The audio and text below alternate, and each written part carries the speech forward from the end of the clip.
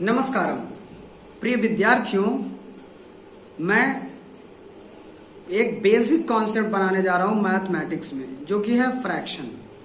इसमें आपको फ्रैक्शन क्यों आया और फ्रैक्शन का क्यों निर्माण हुआ, उसके साथ साथ आप फ्रैक्शन के एडिशन, सब्ट्रैक्शन, डिवीजन और मल्टीप्लिकेशन के बारे में सीखेंगे।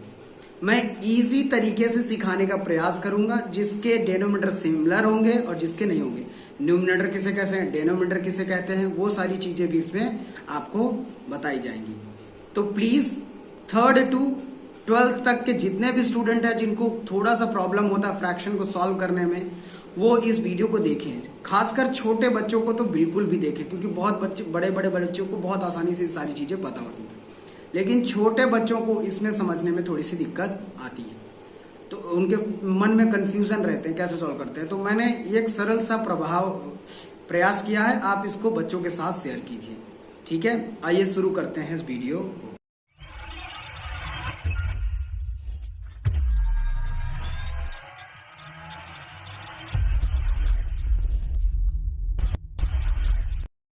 तो बच्चों आइए शुरू करते हैं। देखिए बेसिक फ्रैक्शन क्या होता है। जैसे 4/5, इसको बाय भी बोलते हैं, अपान भी बोलते हैं और हिंदी में बटे बोलते हैं। इस वाले को, ऊपर वाले संख्या को या ऊपर वाले नंबर को न्यूमिनेटर बोलते हैं, न्यूमिनेटर, और नीचे वाले नंबर को डेनोमिनेटर बोलते हैं। बच्चों ये पूरे नंबर को जिसको अपान के रूप में बनाते हैं, इसको हम परिमेय संख्या हिंदी में, और इंग्लिश में इसे हम रेशनल नंबर भी बोलते हैं, रेशनल नंबर भी बोलते हैं। तो आइए इसी के बारे में आज हम चर्चा करेंगे कि किसी चीज को फ्रैक्शन के रूप में क्यों बनाया गया। फर्स्ट ऑफ ऑल हमें जानना चाहिए कि कोई चीज फ्रैक्शन के रूप में कैसे हुई। देखिए सीधी सी बात है, जो नीचे नंबर्स है, जो नंबर अपॉन के नीचे है वो संख्या है, और जो ऊपर संख्या नंबर लिखा हुआ है वो उसको बांटने वाले हैं। मतलब अगर 5 चीजें हैं, कितनी हैं, 5 चीजें, तो उसमें लेने वाले कितने लोग हैं, 4। 4 लोग उसको बांटेंगे। लेकिन अगर 4 ही चीजें होती तो आसानी से एक एक सबको मिल जाती, 4। लेकिन अब चीजें क्या है, 5, तो कैसे इसको बांट सकते हैं। तो 5 लोगों को जब बांटने की आवश्यकता पड़ी, चार चीजों को, या 3/5 या जो भी चीजें हैं, तो हमने फ्रैक्शन का इजाद किया, तब जाके फ्रैक्शन कहीं जाके बना। तो आज हम इसी प्रकार से ये फ्रैक्शन बना ताकि सबको बराबर भाग मिल सके, किसी को थोड़ा बहुत बड़ा भाग ना मिले, सबको बराबर भाग मिलना चाहिए।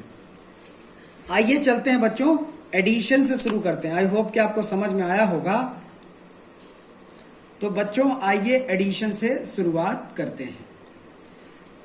अब हम शुरू करते हैं। मान लीजिए जब डेनोमिनेटर यानी ये नंबर, जब नीचे वाला नंबर एकदम सिमिलर हो, जैसे 3/5 प्लस 4/5, जब हमारे डेनोमिनेटर सिमिलर होंगे, सेम होंगे, तो इस फ्रैक्शन को सॉल्व करना बड़ा इजी होता है।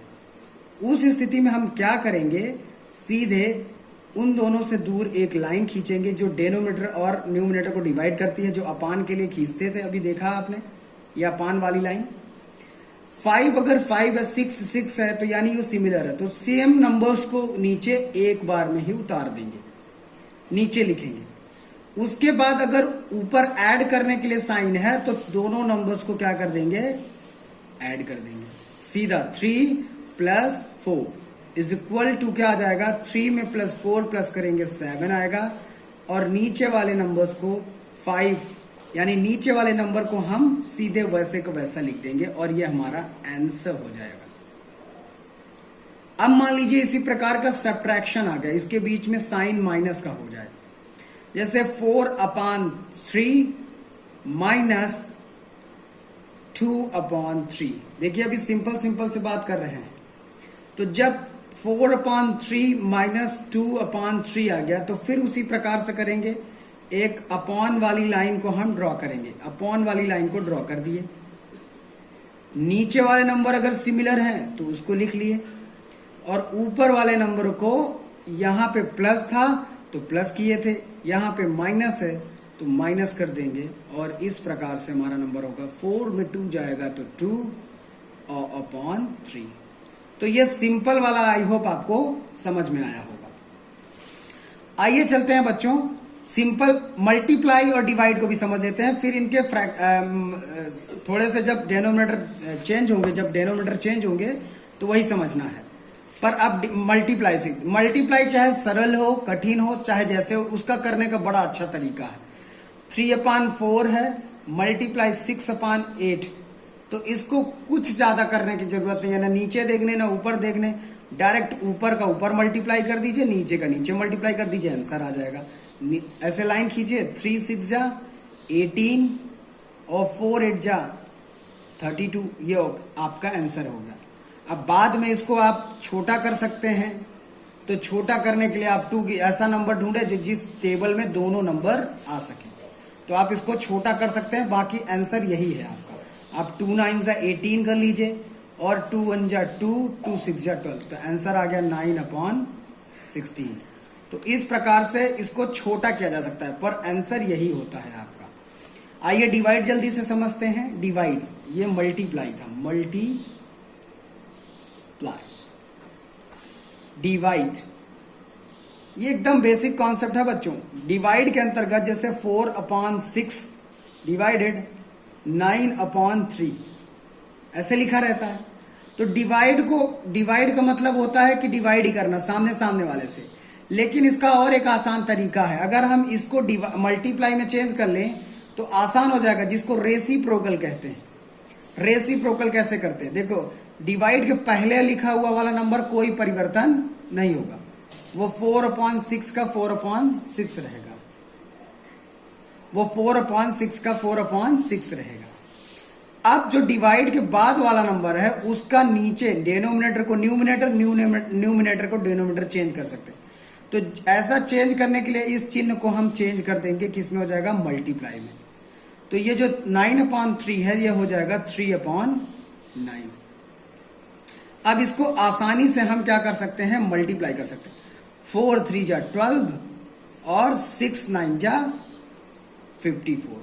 देखिए इसको भी काट सकते हैं, 2 6 जा 12, 2 2 जा 4 और 2 7 जा 40।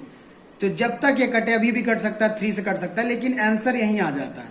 तो देखो मल्टीप्लाई फ्रैक्शन का और डिवाइड, चाहे जितने बड़े संख्या का हो तब भी, जैसे 108/320 मल्टीप्लाई 624/380, तो इसका सीधा ऊपर का ऊपर गुणा कर दीजिए, 108 मल्टीप्लाई 624 और नीचे 320 इंटू 380 कर लीजिए, जो आएगा वो आंसर होगा। अपान ऊपर का ऊपर गुणा नीचे का नीचे।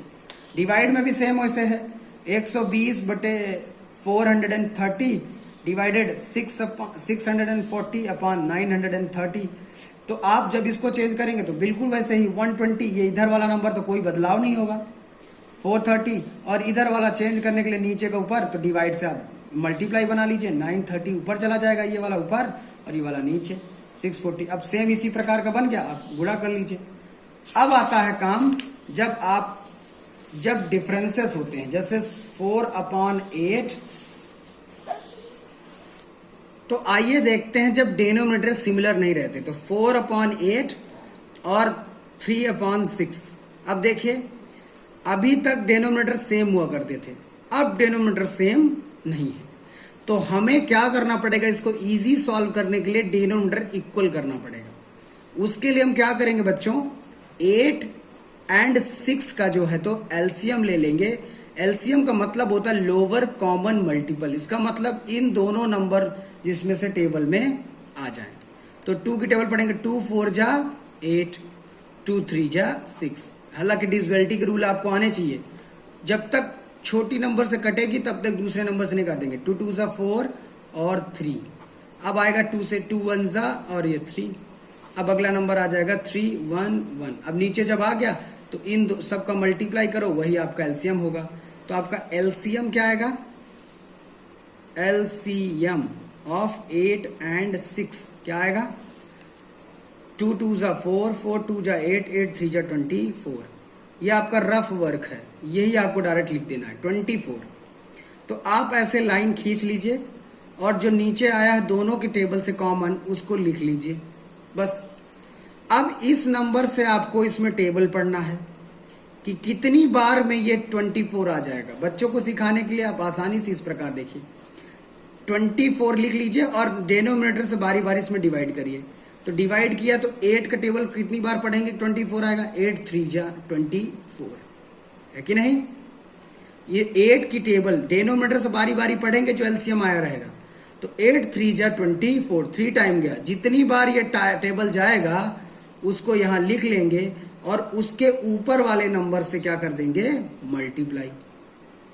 यहां अगर सब्ट्रैक्शन का चिन्ह होता तो साइन सब्ट्रैक्शन का लगाते, यहां एडिशन का है तो यहां एडिशन का साइन लगा देंगे। अब वही सेम प्रक्रिया 6 का टेबल, इसमें 6 का डिवाइड करेंगे। 6 का डिवाइड करेंगे किस में से, 24 में। तो 6 की टेबल पड़ा 6 4 जा 24, माइनस किए 0 0 आ गया, 0 ही आना जरूरी है। और ये यहां आ गया 4, यानी कितनी बार में ये टेबल आई इस डिनोमिनेटर से, 4 टाइम में। तो अब क्या करेंगे बच्चों, इसका इस 4 का क्या करते हैं, एकदम सही आप बोल रहे हैं, 4 का ऊपर वाले नंबर से मल्टीप्लाई कर देते हैं। बस इस 24 को वैसा फिर से नीचे लिख लीजिए 24। ये सारा आपका रफ वर्क है, रफ वर्क। अब 24 को वैसा 3 में 4 का मल्टीप्लाई करेंगे, कितना आएगा, 3 4 जा 12, सबको आता है, 4 3 जा 12। अब 12 और 12 जोड़ देंगे 24 और नीचे 24। समझ में आ रहा है, इन दोनों को जोड़ दिए गुणा करके और आंसर आ गया। अगर सब्ट्रैक्शन होता तो यहाँ पे घटा देते। Thank you for watching, keep share.